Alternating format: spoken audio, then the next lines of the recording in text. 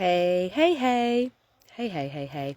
We've come to the final challenge of the 14-day REwilding challenge. The REwilding challenge, when I led it with the members of my Tidy Your Temple seasonal reset, we called it the Thrive Challenge. Call it whatever you like.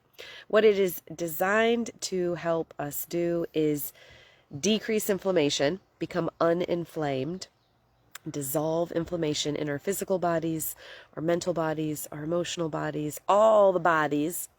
And when we decrease inflammation, we increase all the things we want: enjoyment of life, wellness, vitality.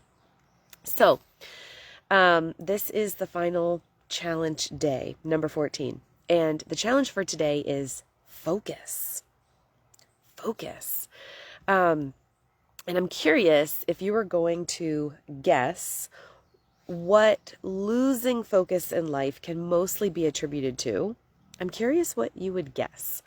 What do you think losing focus in life is mostly attributed to? I'm going to stall for another couple seconds. You could comment below. You could send me a private message. Chiefly, it is, are you ready for this? Overeating, eating too frequently, and not moving while we're fasting. Focus really relies on fasting and moving. Fasting and moving, that combination lead us to experience being more and needing less.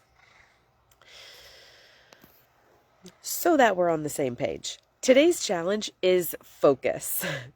And yes, a previous challenge was fast. When we fast, we unleash both focus and freedom. When fasting is a regular practice, our minds do not generate as many superficial thoughts, as many self-sabotaging thoughts. When we fast, we have more mental clarity and we're able to make better decisions. We become better decision makers. So yes, the challenge for today is to focus. The tools to focus are really the previous 13 tools, and particularly any sort of movement practice and also having a regular fasting rhythm. Actually, there's a top medical researcher. His name is Dr. Mattson. He studies cognition, he studies brain function, and he studies intermittent fasting. What a combination, huh? Brain function, like cognition, and intermittent fasting. He studies those. And he emphasizes that unless you constrain your eating, get this, you can't learn. You can't learn unless you constrain your eating. Let that sink in. Like, kids are going back to school this week, next week. Thankfully, mine aren't until after Labor Day. And our culture is one of overeating and eating too frequently. And we also have a culture of like schools. The school environment is more and more challenging. More and more food, more and more behavioral challenges, more and more challenges around learning. I don't know. Maybe there's a correlation there. For you and I, though, if we can't learn, then you have to rely on what you already know, or think you know.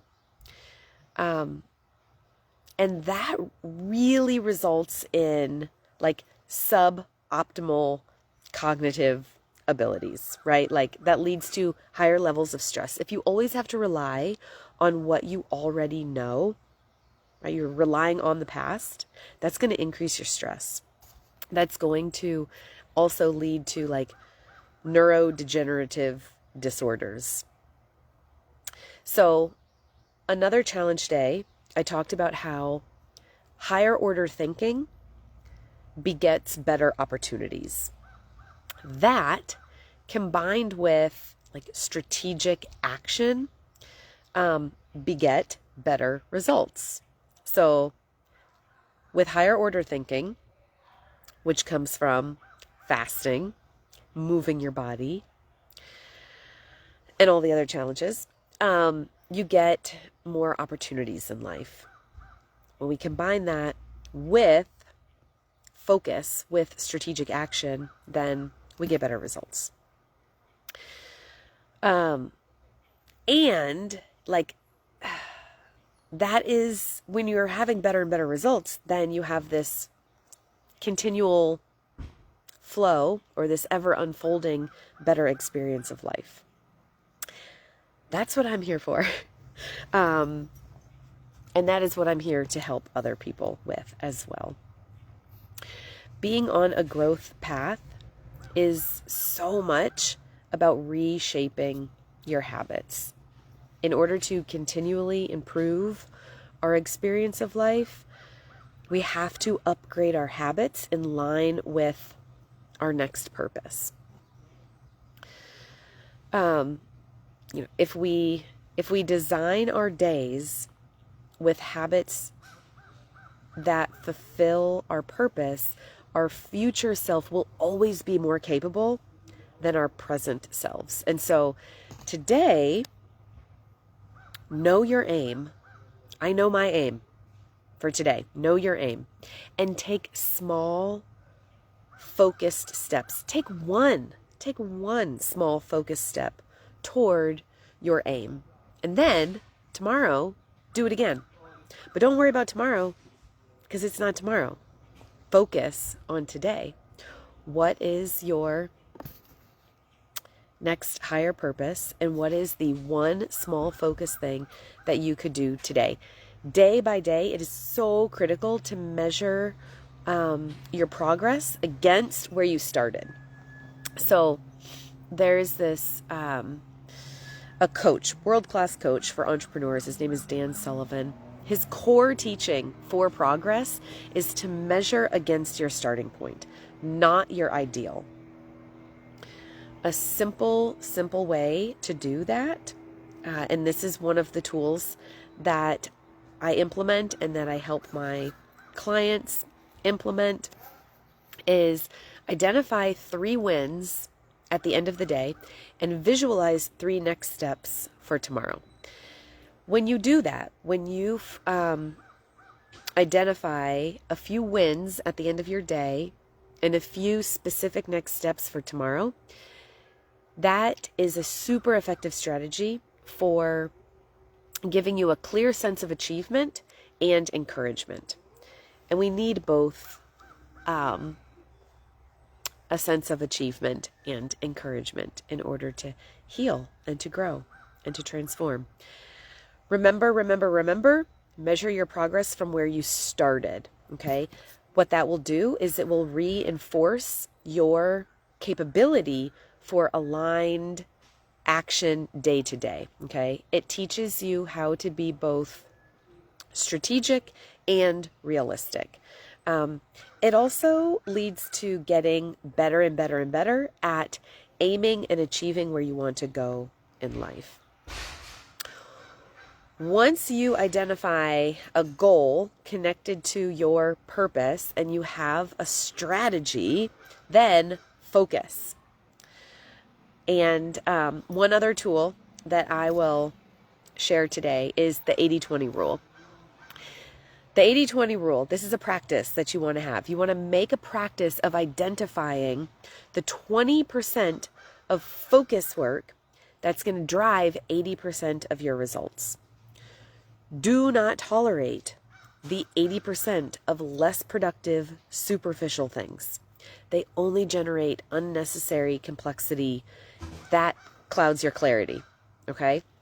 Focus on the 20% of effective actions, and you will experience more and more fulfillment in your whole life, which, now that I've just shared the 80-20 rule with you, and also that strategy of identifying a few wins and a few small steps at the end of each day, my next wellness workshop, it's titled Enhance Your Life. Enhance Your Life. It is all about the most effective behavior change strategies from the leaders in behavior change science right now. Put another way, I'll be sharing a ton of super simple tools to help you improve your day-to-day habits. That is taking place August 20th. You can choose whether you join me live at 9 a.m. or 6 p.m. Eastern. Registration's already up on my website. The website is www.beombrella, BEOMBRELLA,